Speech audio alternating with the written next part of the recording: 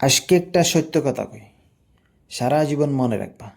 এই যে এরা বর্ডারের লোক আছে, এরা যদি আমাদের নদীয়ে যদি না নামে, এ নাব নদীয়ে যদি না নামে, এরা বুখা মরিয়া যাব, খানা না খাইয়া মরিয়া যাব। কেন এরার জীবন ফালে ওই নদী দিয়া। তো ওই নদীয়ে আমাদের বার্মার লোক যে সময় মুসলমান মানে ছিল, ওরা লোকে বিজনেস করতো, কাজ করতো, এটা করতো ওটা করতো। যখন এরা এইখানে আইসি, পরে এরারে নাফরত করে, এক নম্বর। দ্বিতীয় নম্বর হয়েছে এখনের সময়ে মগবাগি টেরোরিস্টের লগে এরা বিজনেস করে, ট্যাবলেট সদরি করে।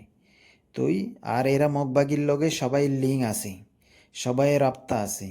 আর মগবাগিয়ে কালকে এরা রেখইয়া এমনি প্রটেস্টের জন্য টাকা দিছে, টাকা খাওয়াইয়া ওয়াক্যমর লোক রারে প্রটেস্ট করিবার লোক বাইর করছে। তো আজকে পাউটা চলি গেছে, অস্ত্র তালাশ করিবার জন্য গেছে, সেজন্য